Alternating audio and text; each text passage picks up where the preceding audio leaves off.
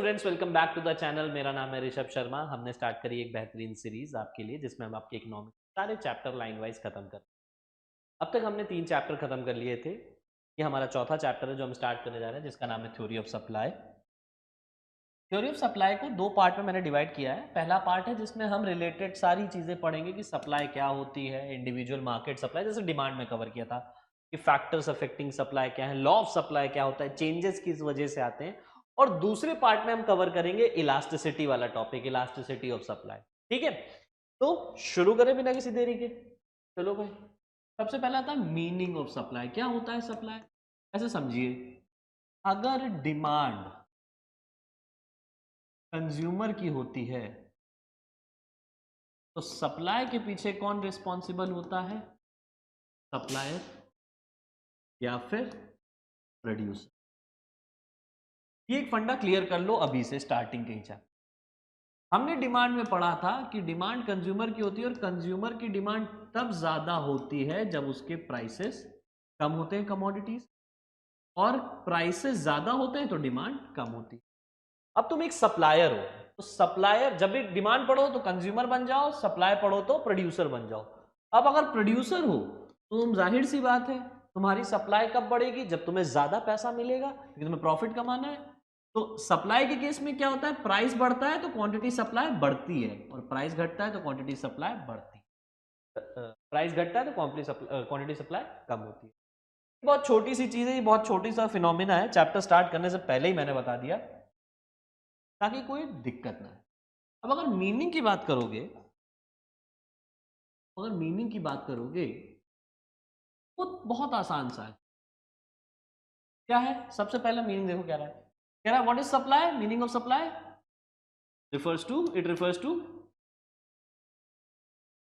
quantity of a commodity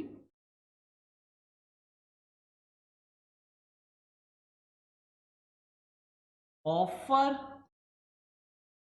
for a sale। ठीक है, at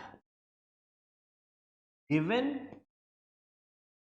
prices in the market,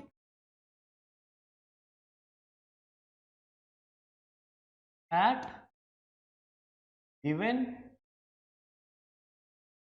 a given time. ठीक, तो 3 चीजें कि कितनी क्वांटिटी ऑफर की जा रही है मार्केट में एक पर्टिकुलर प्राइस पे एक समय पे। ठीक, अब वो डेली बेसिस पे भी सप्लाई हो सकती है, हाफ ईयरली बेसिस पे, एनुअल बेसिस पे, ये सारी चीज। तो सप्लाई हमने समझ लिया। अब सवाल आता है, इस सप्लाई और स्टॉक दो क्या एक ही चीज है? स्टॉक एक स्टॉक वेरिएबल को रिप्रेजेंट करता है और सप्लाई एक फ्लो वेरिएबल। एक एग्जांपल समझ लो मेरे, ज्यादा आसान। कि सप्लाई और स्टॉक में फर्क क्या होता है?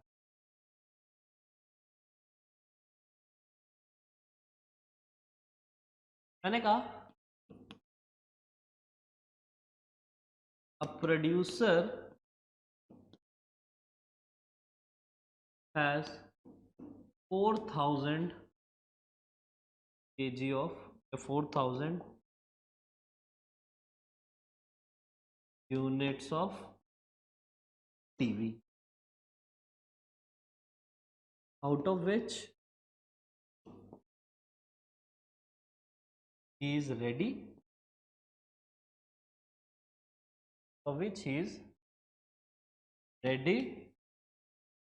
to supply or ready to sell 2000 units of TV for rupees 1000 या 10,000। तो इस केस में, अब इस एग्जांपल में क्या कह रहा है? एक प्रोड्यूसर है, एक मैन्युफैक्चरर है, ठीक है, उसके पास 4000 यूनिट है टीवी की, जिसमें से वो 2000 यूनिट बेच रहा है 10,000 रुपए एक के हिसाब से। इस केस में स्टॉक क्या है और सप्लाई? जैसा कि तुमने कहा कि अगर सप्लाई की डेफिनेशन देखो क्या है, which a producer which quantity of a commodity which is offered for a sale at given prices। तो कितनी क्वांटिटी ऑफर फॉर सेल है? 2000 क्वांटिटी है यूनिट, जो कि 10,000 रुपए ईच के हिसाब से जा रही है। तो यहां पर सप्लाई कितनी है? सप्लाई इज 2000 यूनिट्स, और जब दाम है 1000 रुपए, 10,000 रुपए ईच। और स्टॉक भाई के पास कितना पड़ा हुआ है? स्टॉक है उसके पास 4000 यूनिट का, जिसमें से सप्लाई वो 2000 कर रहा है। ठीक, तो ये फर्क होता है स्टॉक और सप्लाई का। ठीक, ये एक छोटा सा कंसेप्ट है, इसको समझ लो। अब बढ़ेंगे इंडिविजुअल सप्लाई और मार्केट सप्लाई। वही पुराना तरीका कि इंडिविजुअल एक तरफ रखेंगे, इंडिविजुअल, ठीक,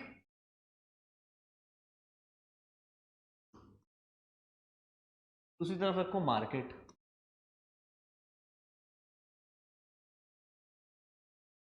अब इंडिविजुअल में क्या था? डेफिनेशन क्या थी? Quantity of a commodity offer for sale at a given price in a given market,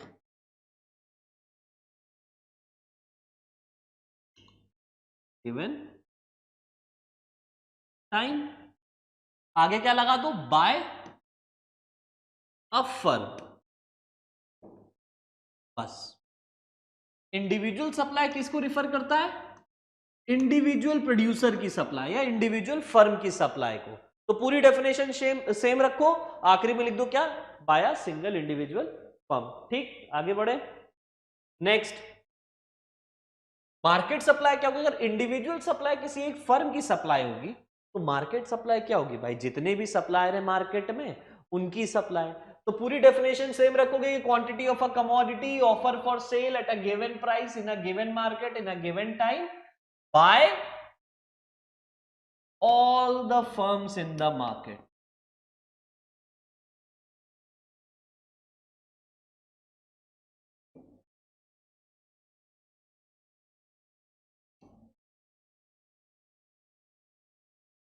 अब पूरी डेफिनेशन नहीं लिख रहा हूं मैं, वो तुम खुद से कर सकते हो, कॉपी करो इतना, उसके बाद बाय लिख दो, by all the firms in the market. पूरी डेफिनेशन सही है, ठीक है।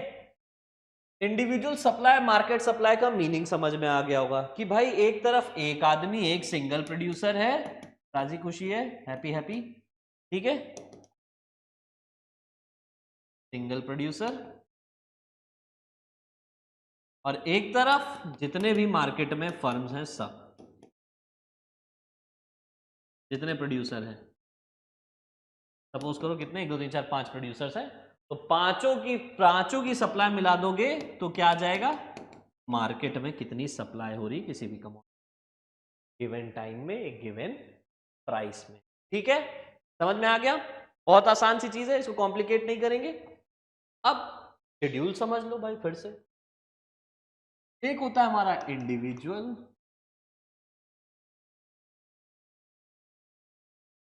होता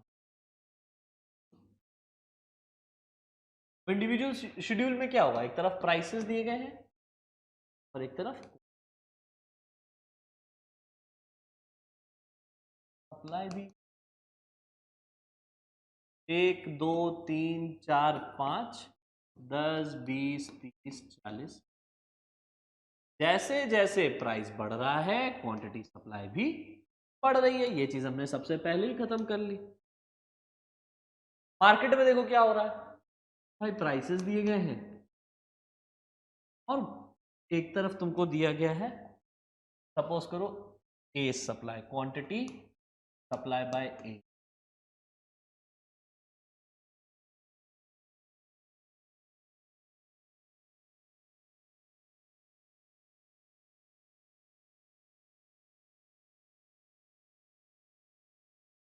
प्राइस है, quantity supply by A by B, quantity supply by सी,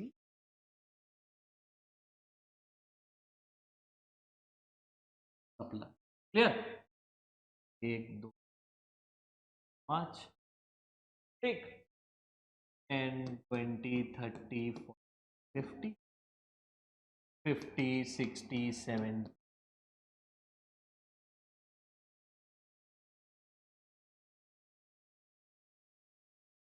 1 2 3 4 5, कुछ भी लिखो।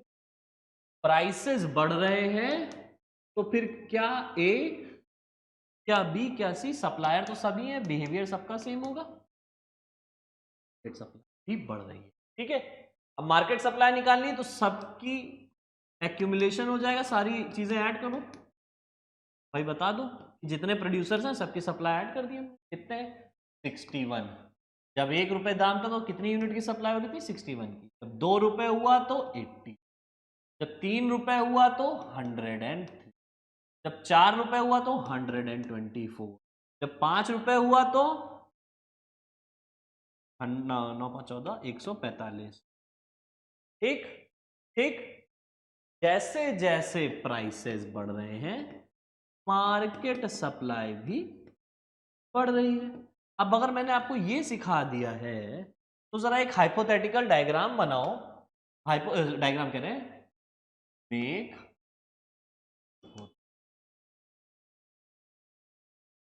शेड्यूल गेट आई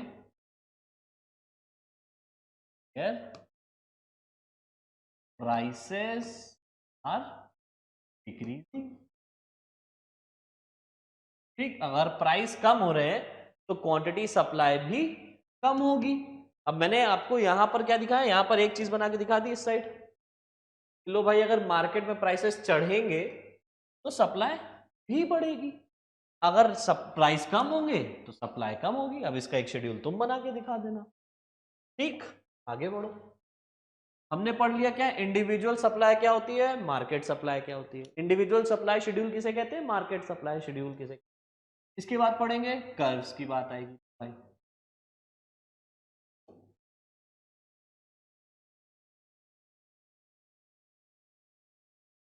चलो भाई, इंडिविजुअल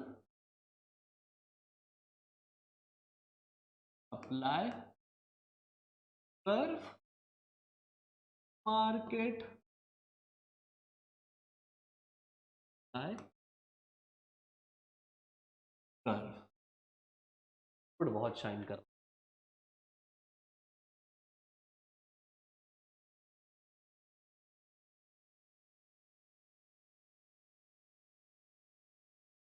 सप्लाई कर्व। और भाई जैसे हमने शेड्यूल बनाया था, शेड्यूल था हमारा, एक तरफ प्राइसेस दी गई, एक तरफ क्वांटिटी सप्लाई दी गई। प्राइसेस दिए गए थे इस साइड, क्वांटिटी सप्लाई दी गई 10 20 30 40 50। प्राइसेस दिए थे 1 2 3, जब प्राइस 1 रुपए था तो 10 यूनिट सप्लाई हो रही थी, 2 हुआ तो 3 हुआ, 4 हुआ,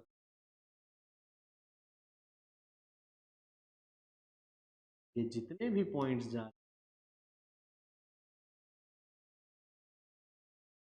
हो गया हमारा सप्लाई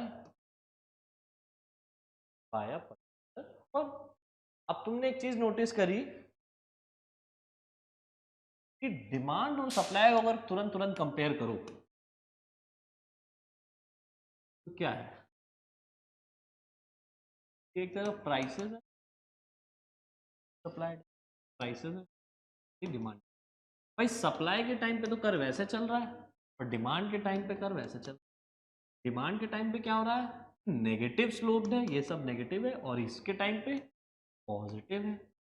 ये बढ़ रहा है तो ये भी बढ़ रहा है, ये घटेगा तो ये, इसमें क्या है, अगर ये बढ़ रहा है ये कम हो रहा है, प्राइस कम होगा तो ये नेगेटिवली स्लोप्ड है और ये पॉजिटिव स्लोप है। क्यों, कोई भी वेरिएबल के बीच अगर नेगेटिव और पॉजिटिव रिलेशन है तो वो क्यों होता है, सपोज करो पॉजिटिव है तो दोनों सेम डायरेक्शन में चल रहे हैं,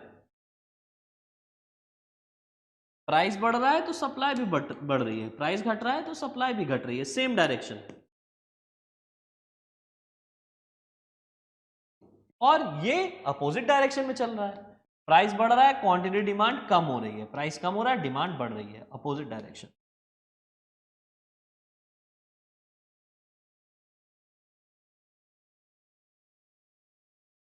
ठीक, इसलिए ये पॉजिटिवली स्लोप्ड है और ये नेगेटिव। तो अब हमने सीख लिया क्या, इंडिविजुअल सप्लाई। अगर मैंने कहा मार्केट में बात करनी कि मार्केट में सबकी सप्लाई बताओ कितनी है, तो कितने थे, ए बी सी, ए की सप्लाई, बी की सप्लाई, प्राइस, प्राइस, ये सब। सपोज करो दो थे, मैंने यहां शेड्यूल 3 का बनाया लेकिन मैं एग्जाम्पल ले रहा हूं 2 का। ठीक, पहले गई ये ए गई बी की, इन दोनों को जोड़ देंगे तो किसकी सप्लाई आ जाएगी,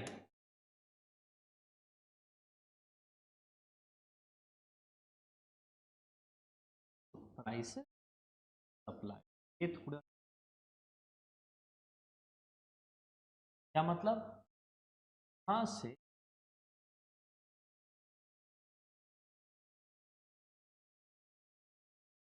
नोटिस करोगे, क्या नोटिस करोगे कि भाई इसको, इस पर्टिकुलर को मिला के ही बना है मार्केट, तो ऑब्वियस सी बात है कि market supply will be greater than the individual supply of every firm. जैसे यहां है भाई, देखो इसकी 10 थी, इसकी 50 थी, इसकी 1 थी, तो टोटल मार्केट में कितनी है, 61 है। जाहिर सी बात है, और ये चीज कर्व के थ्रू कैसे पता चलती है कि कर्व देखिएगा थोड़ा सा ज्यादा स्टीपर होगा when it comes to market supply as compare to individual supply, बस और कुछ नहीं है इसमें, ऐसा कुछ एकदम रॉकेट साइंस नहीं है जिसमें आपको ज्यादा दिमाग लगे। क्लियर, क्लियर, आगे बढ़िए। पढ़ लिया हमने क्या क्या, इंडिविजुअल, मार्केट, सप्लाई शेड्यूल और डायग्राम। अब पढ़ेंगे फैक्टर्स अफेक्टिंग सप्लाई।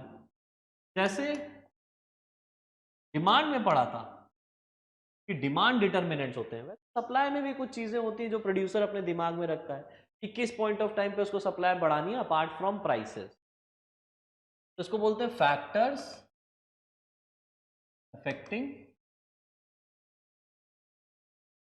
सप्लाई और डिटर्मिनेंट्स ऑफ सप्लाई।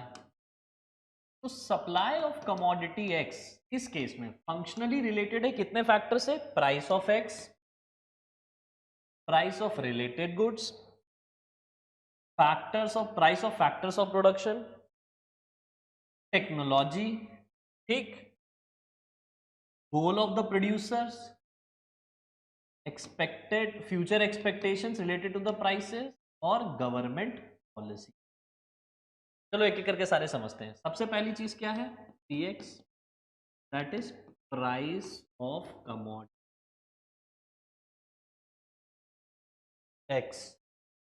ठीक, तो क्या पढ़ा भाई, प्राइस ऑफ कमोडिटी एक्स, पहला पॉइंट कि if the prices of the commodity are increasing then this have a positive impact on the quantity supplied, that means prices increase होंगे तो क्वांटिटी सप्लाई इंक्रीज होगी, प्राइसेस डिक्रीज होंगे तो supply decrease होगी, बहुत simple सी बात। दूसरा आता है price of related goods,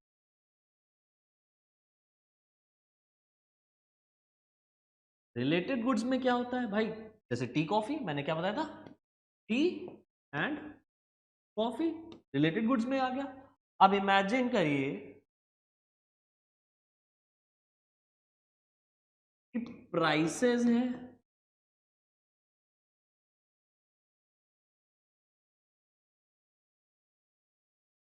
tea coffee,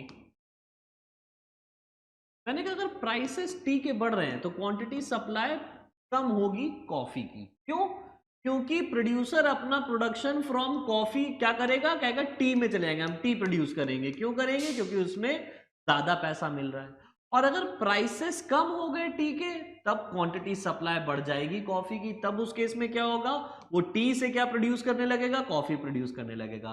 भाई प्रोड्यूसर को एक ही चीज से मतलब होता है, प्रॉफिट। और प्रॉफिट का हिसाब किताब क्या होता है कि कॉस्ट जितनी कम हो, किसी भी चीज को बनाने की लागत जितनी कम होगी और मार्जिन जितना ज्यादा होगा उतना ही उसको फायदा होगा। ठीक है, तो कॉस्ट कम रेवेन्यू ज्यादा यानी प्रॉफिट। 10 की चीज अगर 50 में बेच रहे हो तो 40 कमा रहे हो। ठीक है, यही है प्रोड्यूसर को जो चाहिए होता है। ठीक, प्रोड्यूसर सिर्फ अपने प्रॉफिट का भूखा और किसी चीज का नहीं। आगे बढ़ते हैं, समझ में आ गया। रिलेटेड गुड्स के साथ क्या होता है कि प्राइस में एक गुड के रिलेटेड में एक रिलेटेड गुड्स के प्राइस में चेंज आता है तो क्वांटिटी सप्लाई दूसरे गुड्स की कम हो जाती है, और अगर एक कम होता है तो दूसरे की बढ़ जाती है। आगे बढ़ो भाई। नेक्स्ट क्या कह रहा है, prices of factors of production. Prices of factors of production. Factors of production से सप्लाई का क्या लेना देना भाई, बिल्कुल लेना देना। पहले समझ लो यहां बीच में तुम फैक्टर्स ऑफ प्रोडक्शन का मीनिंग क्या होता है भाई, land labour capital and labour capital. Example ले लेते हैं भाई, चलो एग्जांपल समझो। मैंने कहा cost of making goods, example TV, rises from 100 rupees to 150 rupees. तो जाहिर सी बात है जब 100 से 150 हो गया तो कॉस्ट ज्यादा हो गई। कॉस्ट ज्यादा होने के कारण क्या थे, क्यों कारण क्यों क्यों 100 से 150 हो गया, as the wage rates are increased by 50। भाई 50% से वेज रेट बढ़ गया तो लो भाई 100 से 150 हो गया, कॉस्ट ही बढ़ गई। जब कॉस्ट बढ़ गई तो प्रॉफिट मार्जिन कम हो गया, विच resulted in low profit margin. Profit margin क्या होगा, लो होगा। अब जब प्रॉफिट मार्जिन लो होगा तो प्रोड्यूसर क्या करेगा कि ज्यादा सप्लाई करेगा कम सप्लाई करेगा, वो कहेगा यार कम सप्लाई करो, सेम प्राइस पे वो कम सप्लाई करेगा। पहले 100 का बनाता था तो उसका सपोज करो सेलिंग प्राइस मैं यहां लिख दे रहा हूं, सेलिंग प्राइस वो होता था 175, तब भी तब भी वो तब भी वो सेम यूनिट बेचता था। आज की डेट में उसका सेलिंग प्राइस 175 है लेकिन कॉस्ट 150 हो गई है, यानी 25 रुपए का मार्जिन है।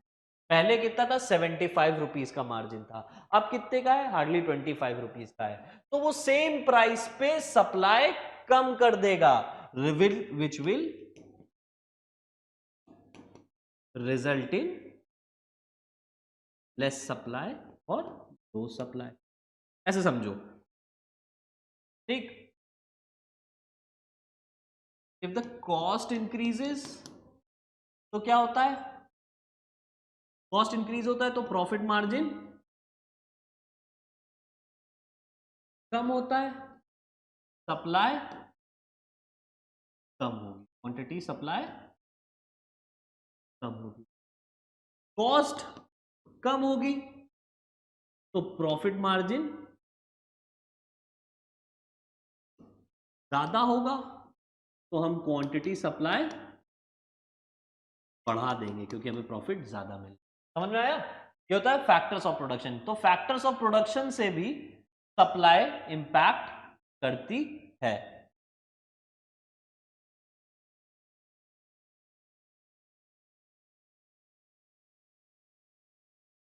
नेक्स्ट एक हो गया प्राइस ऑफ रिलेटेड गुड्स, हो गया फैक्टर्स ऑफ प्रोडक्शन हो गया। अब और टी से टेक्नोलॉजी, चौथा हो गया हमारा टेक्नोलॉजी। मतलब स्टेट ऑफ टेक्नोलॉजी कौन सी यूज कर रहे हो। स्टेट ऑफ टेक्नोलॉजी दो तरीके की होती है भाई, कैपिटल इंटेंसिव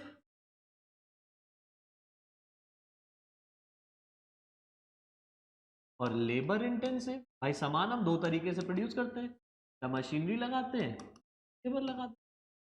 भाई कैपिटल इंटेंसिव है तो कॉस्ट कम होगी पर यूनिट ऑफ प्रोडक्शन। फिर से जब cost come will result in high profit, will result in high quantity supply. Labour intensive cost ज्यादा होगी will result in high low profit, will result in low supply at the same price.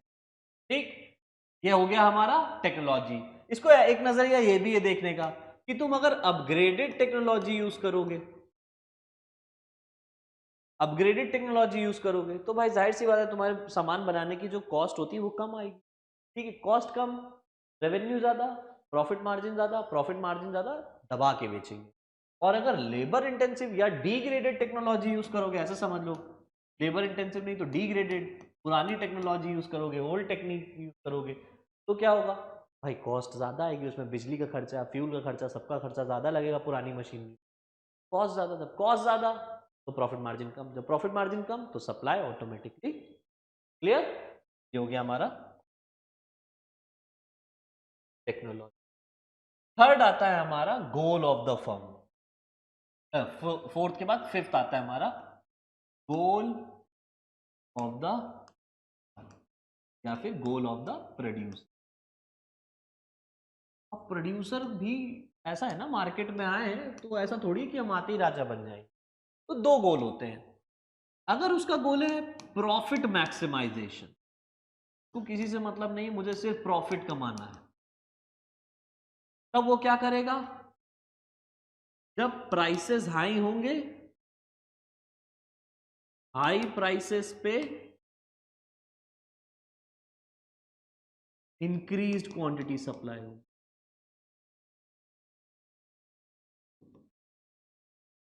समझिएगा, prices बढ़े तो quantity supply बढ़ी। Low prices पे, अगर sorry, low prices कह रहे हैं, अगर गोल है प्रॉफिट मैक्सिमाइज, अगर गोल है सेल्स मैक्सिमाइजेशन, सपोज करो प्रोड्यूसर नया नया मार्केट में आया है, उसको मार्केट में सरवाइव करना है, अभी नया नाम नहीं बना हुआ है, नाम बनाना है, मार्केट में सरवाइव करना है, कंपटीशन बहुत है, तो कंपटीशन को बीट करने के लिए उसने कहा कि भाई हम अपना ऑब्जेक्टिव प्रॉफिट अभी नहीं रखते हैं, तो सेल मैक्सिमाइज करेंगे कि हमारा कोई स्टॉक ना बचे। अगर उसका ऑब्जेक्टिव सेल मैक्सिमाइजेशन है, तब वो सेम प्राइसेस पे भी अपनी क्वांटिटी सप्लाई बढ़ा दे। समझ में आया? एक तरफ अगर प्रॉफिट कमाना है तो दाम जब बढ़ेंगे तभी सप्लाई बढ़ेगी, और एक तरफ क्या है, सेल मैक्सिमाइजेशन है, तो सेम प्राइस पे क्वांटिटी सप्लाई उतनी ही हो। क्लियर? आगे बढ़ते हैं, चलो भाई। इसके बाद आता है expectations related to future prices. Expectation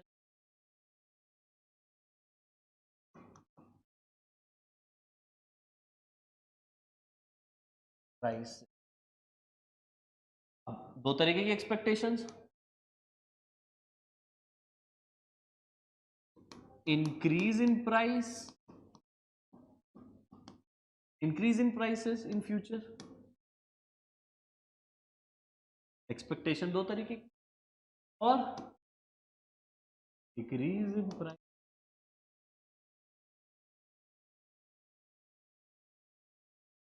दो तरीके हो। अब भाई मुझे पता है कि कल को दाम बढ़ने वाले हैं, तो तुम अगर टीवी के मैन्युफैक्चरर, सपोज करो कल पता चले कि सारी जो मैन्युफैक्चरिंग है चाइना से जो आता था टीवी सब अब नहीं आएगा, जो इंडिया में वही सप्लाई रख पाएंगे, तो अब मुझे पता है कि कल से टीवी के दाम इंडिया में बढ़ने वाले हैं, तो मैं आज अपनी सप्लाई बढ़ाऊंगा।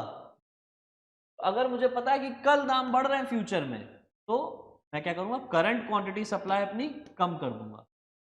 और अगर मुझे पता है कि कल प्राइसेस गिर जाएंगे, आज आज 2,000 रुपए के मिल रहे हैं, कल से और सस्ती होने वाली है, तो मैं करंट रेट पे अपनी सप्लाई बढ़ा दूंगा, जितना ज्यादा हो सके उतनी सप्लाई बढ़ा दूंगा। इस केस में क्या होगा, क्वांटिटी सप्लाई बढ़ जाएगी। नेक्स्ट, फिर आखिरी आता है गवर्नमेंट पॉलिसी।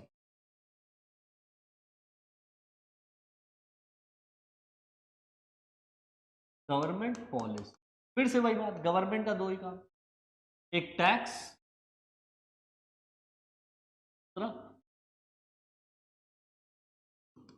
समझेंगे भाई, गवर्नमेंट ने अगर टैक्सेस हाई कर दिए, हाई टैक्सेस, तो क्या होगा, कॉस्ट बढ़ जाएगी, तो क्या होगा, टीएम माने प्रॉफिट मार्जिन कम हो जाएंगे, तो क्या होगा, सप्लाई कम हो जाएगी।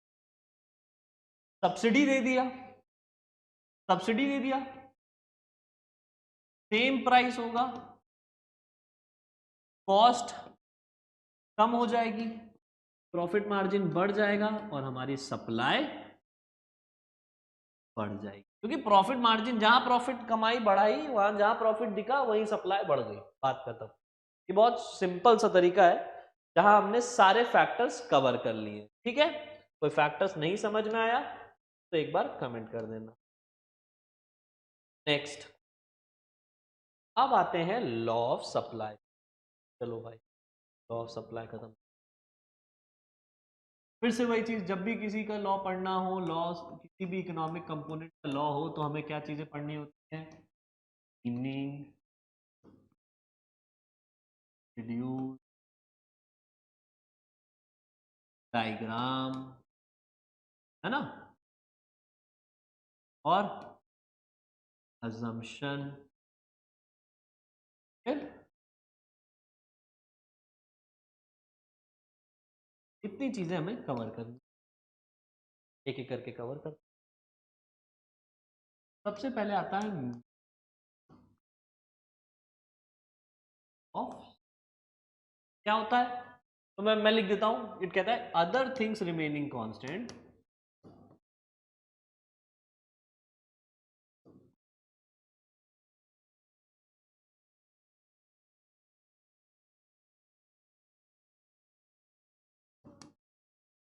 quantity of a commodity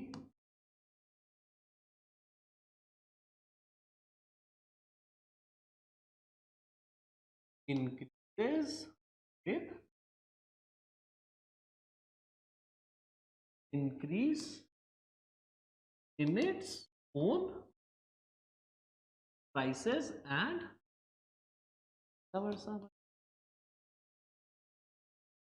decreases with its own price। अब वही चीज, अदर थिंग रिमेनिंग कांस्टेंट मतलब कौन सी अदर थिंग्स हमें कांस्टेंट रखनी है?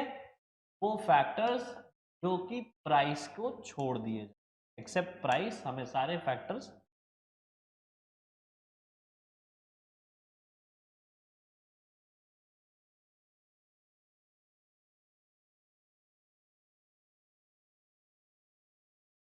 ठीक। चलो भाई, पहला पहला पॉइंट क्लियर, मीनिंग क्या होता है। नेक्स्ट आगे बढ़ेंगे, शेड्यूल। बहुत आसान सा शेड्यूल जो हम बना रहे हैं अभी तक। एक तरफ प्राइसेस हैं, एक तरफ क्वांटिटी, 1 2 3 4 5 4 प्राइसेस बढ़ रहे, सॉरी उल्टा कर दिया, 10 20 40 बढ़ रहे हैं, सप्लाई हो गया हमारा। तीसरी चीज, डायग्राम। डायग्राम क्या होता था? Positively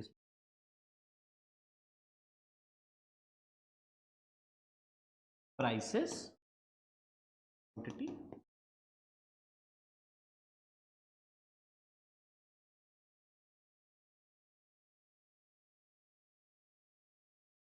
as the prices are increasing from OP to OP1, quantity supply is to OP।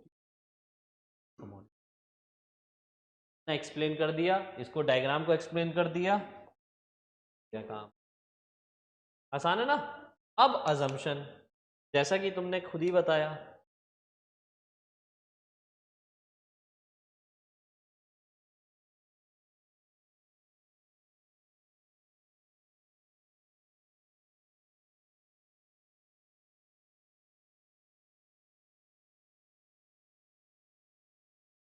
क्या बता रहा है कि other things remaining constant. Other things remaining constant मतलब ये सारे पॉइंट छोड़ दिए जाए, तो जो भी सप्लाई है किससे related? Supply of commodity X functionally related to price of, यानी सप्लाई में चेंजेस तब आएंगे जब प्राइस ऑफ एक्स में चेंजेस। अदर फैक्टर्स क्या बोल दिए गए हैं? कांस्टेंट। तो यही इसका अजम्पशन बन जाता है कि there should be no changes in the price of related goods, there should be no changes in the prices of factors of production, there should be no changes in the technology. ठीक है, no upgraded technology, जैसी चल रही वैसी चलेगी। There should be no changes in the goal of the producer. ठीक है, इन सारे फैक्टर्स में कोई भी चेंज नहीं आना चाहिए, यही एक अजम्पशन है और कुछ नहीं। और जो अजम्पशन है वो हमने डेफिनेशन में ही लॉ के कवर कर लिया है। कहाँ है ये देखो, क्या कह रहा है, अदर थिंग्स रिमेनिंग कांस्टेंट। तो लो भाई हमारा अजम्पशन भी खत्म होता है। अजम्पशन में क्या था, अदर थिंग्स रिमेन्स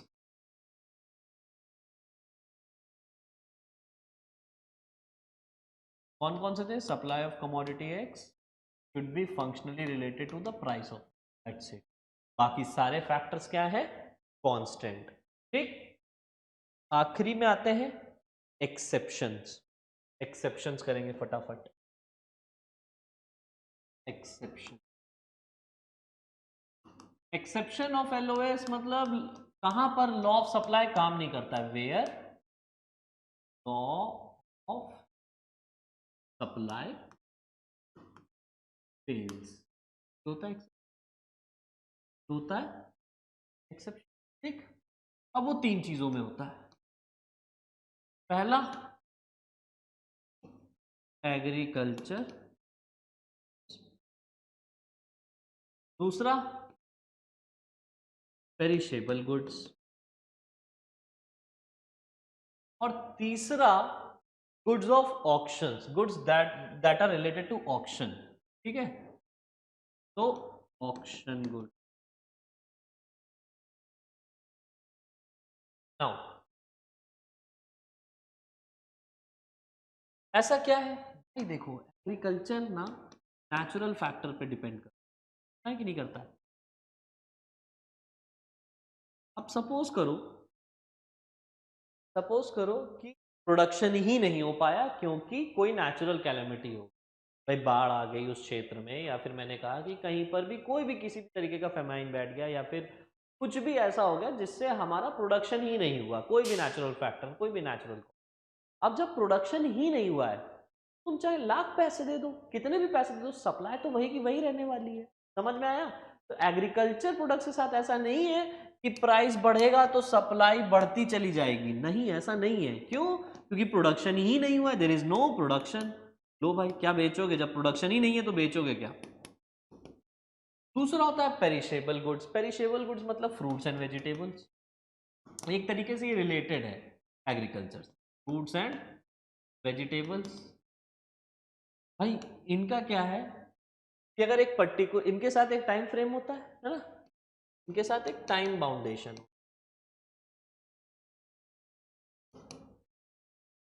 टाइम बाउंडेशन होती है मतलब क्या, ये गुड्स एक पर्टिकुलर टाइम पीरियड में ही बेच दिए जाएंगे, नहीं बिकेंगे तो क्या होगा, खराब हो जाएगा, कोई भी पैसा नहीं मिलेगा।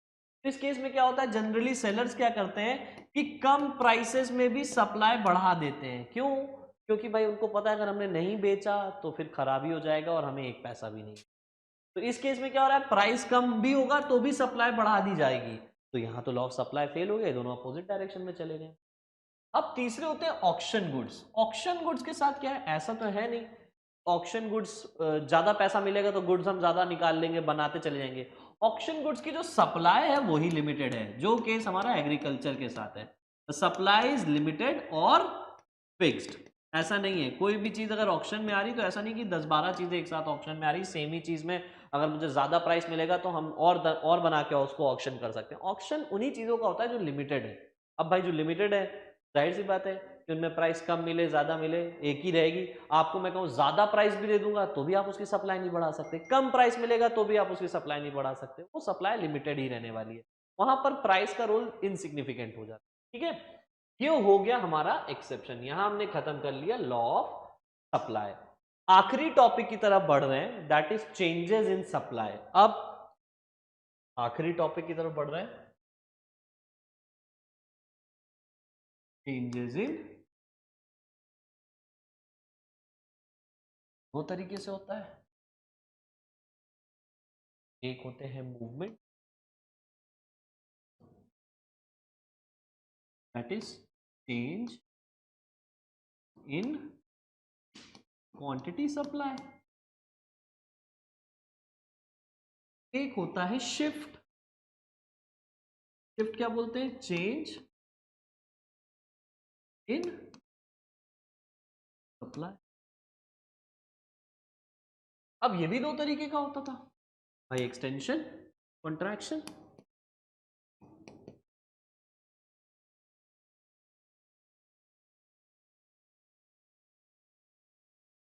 के पीछे का रीजन क्या है कि मूवमेंट या चेंजेस इन क्वांटिटी सप्लाइड क्यों होते हैं?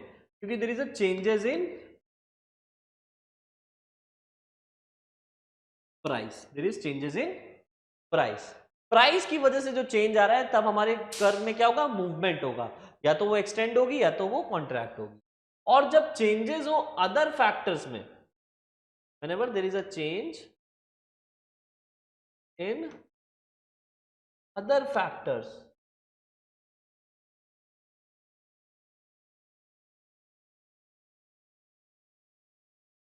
तो वो क्या होता है? शिफ्ट। अब शिफ्ट भी दो तरीके का होता है, फॉरवर्ड शिफ्ट या राइटवर्ड शिफ्ट, ठीक है, बैकवर्ड शिफ्ट।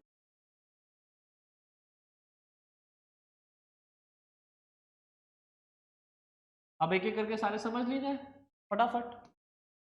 सबसे पहले पढ़ेंगे मूवमेंट। मूवमेंट अलोंग सप्लाई कर,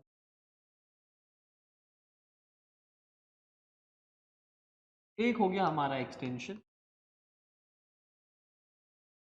एक हो गया हमारा, इसको समझो, मैंने कहा प्राइसेस है सप्लाई,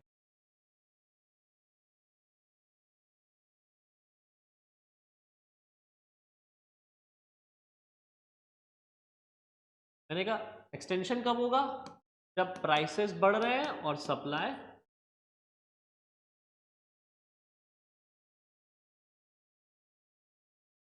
प्राइसेस दे दिए गए और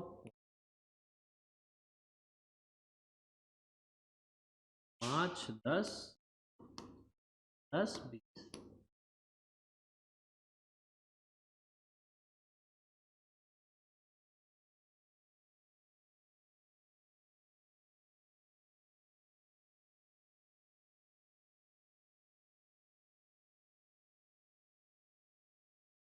ये गया हमारा। यहां देखोगे क्या है? प्राइस बढ़ रहा है तो सप्लाई मूव कर रही है किस साइड? इस साइड, ठीक है, इस डायरेक्शन। इसे हम क्या कहते हैं? ठीक है।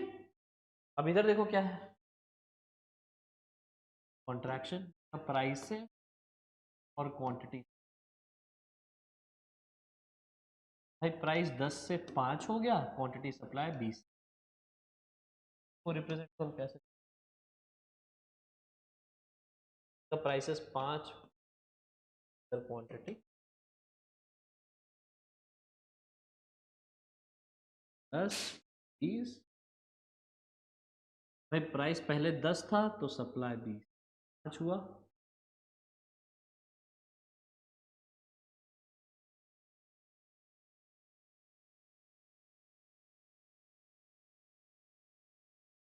ठीक। अब यहाँ क्या है?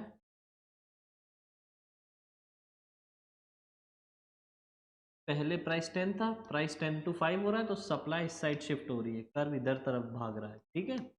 ये क्या हो रहा है? कॉन्ट्रैक्ट हो रहा है, श्रिंक हो रहा है, हम कहेंगे। और ये रीजन क्या है कॉन्ट्रैक्शन या एक्सटेंशन का? The change in the price. ये हो गया हमारा मूवमेंट, ठीक है। आगे बढ़े, अब पढ़ेंगे शिफ्ट। भाई शिफ्ट भी दो तरीके का होता है, ठीक, राइटवर्ड और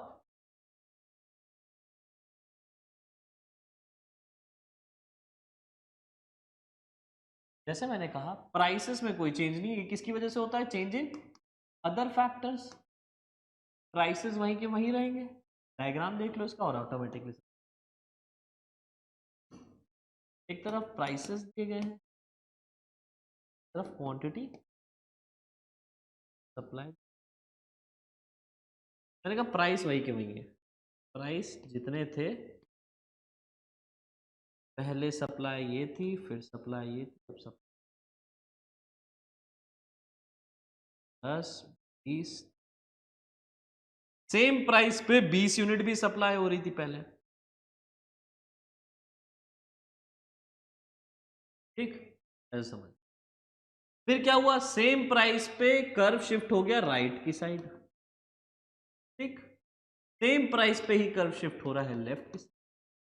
तो ये क्यों हो रहा है? हो सकता है कि taste and preferences positive, taste and preferences कह रहे हैं, टेक्नोलॉजी अपग्रेडेशन हो गई हो सकता है गवर्नमेंट ने सब्सिडी दे दी गई हो सकता है कि क्या बोलते हैं हमारी फ्यूचर एक्सपेक्टेशंस ये हो कि प्राइसेस कम होने वाले हैं, तो हमने सेम प्राइस पे सप्लाई, और यही सारी चीजें जब अनफेवरेबल होती है तो सेम प्राइस पे सप्लाई कम हो जाती है।